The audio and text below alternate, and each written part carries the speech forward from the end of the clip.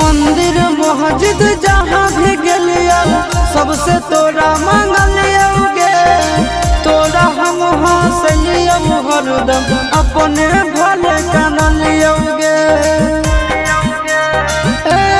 जहाँ मंदिर मस्जिद जहाँ भी गलिया सबसे तोरा मांगलियोगे, तोरा हम हंसलियो हरदम अपने भले कानलियोगे।